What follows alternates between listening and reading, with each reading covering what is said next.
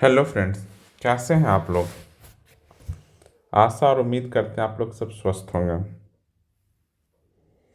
तो आज है 2 जनवरी।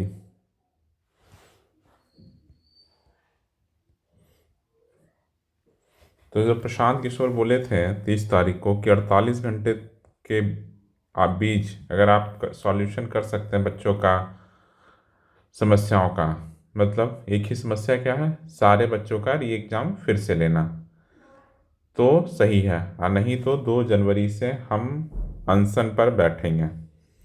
तो 2 जनवरी आ गया और प्रशांत की और सरकार की तरफ से तो कोई पहल हुआ ही नहीं, ऐसा हम लोग सब जान रहे हैं। तो प्रशांत किशोर अभी अनशन पर बैठ गए हैं। तो आज प्रशांत किशोर आमरण अनशन पर बैठ गए हैं। तो बताइए कितने लोगों को लगता है कि इस आमरण अनशन का कुछ फ़ायदा होगा, या भी पिछला जो अनशन हुआ, आंदोलन हुआ, सत्याग्रह, जो भी नाम देना चाहें, उसी की तरह कुछ भी नहीं होगा। हाँ, तो कितने लोगों को लगता है कि इस आंदोलन का भी कुछ फलसफा सफल होगा, फलसफा मिलेगा, अच्छा सरकार आयोग बात सुनेगी, या लोगों को लगता है कि पिछली पिछला जितना भी आंदोलन, सत्याग्रह, जो भी कहना, उसी की तरह ये भी असफल होगा। बताइएगा कमेंट सेक्शन में। लेकिन अब हम लोग मोटा मोटा बात करना चाहते हैं।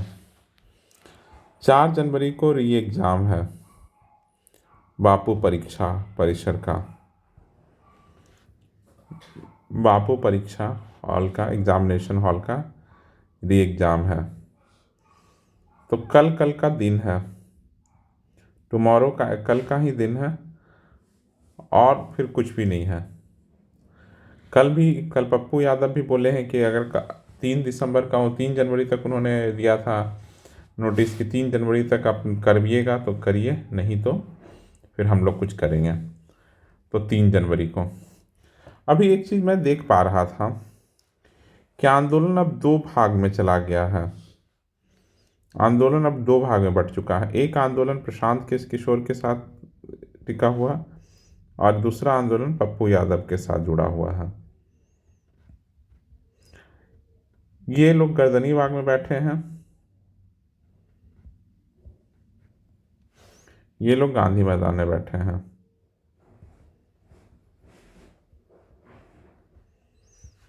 अब अभी प्रशासन का भी बहुत इस पे चल रहा है जोर कि गांधी मैदान में परमिशन नहीं है तो ये लोग क्यों बैठे हैं।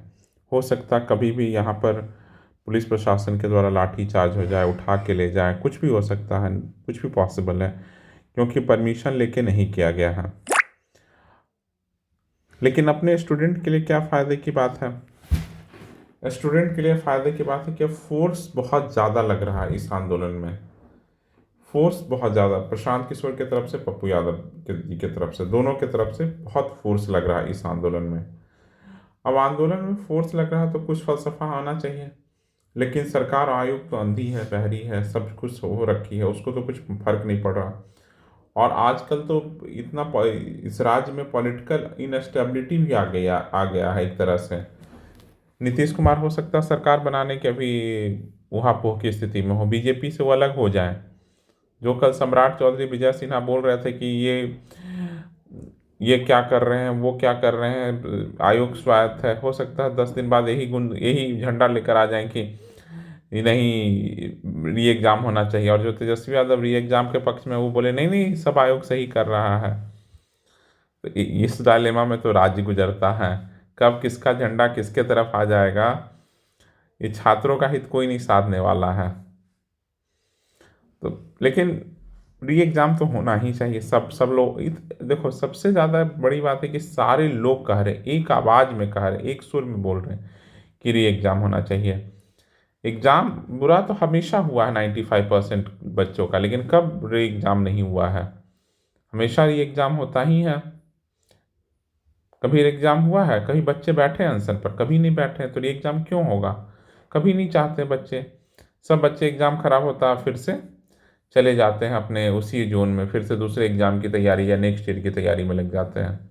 लेकिन री एग्ज़ाम का कोई बात नहीं करता, लेकिन इस बार कर रहा है। इसके पीछे क्या है कि number of seats, number of vacancies का बात है। इतने नंबर ऑफ़ सीट्स आया है 2000 से ज़्यादा सीट है, 2000 से प्लस सीट आया है।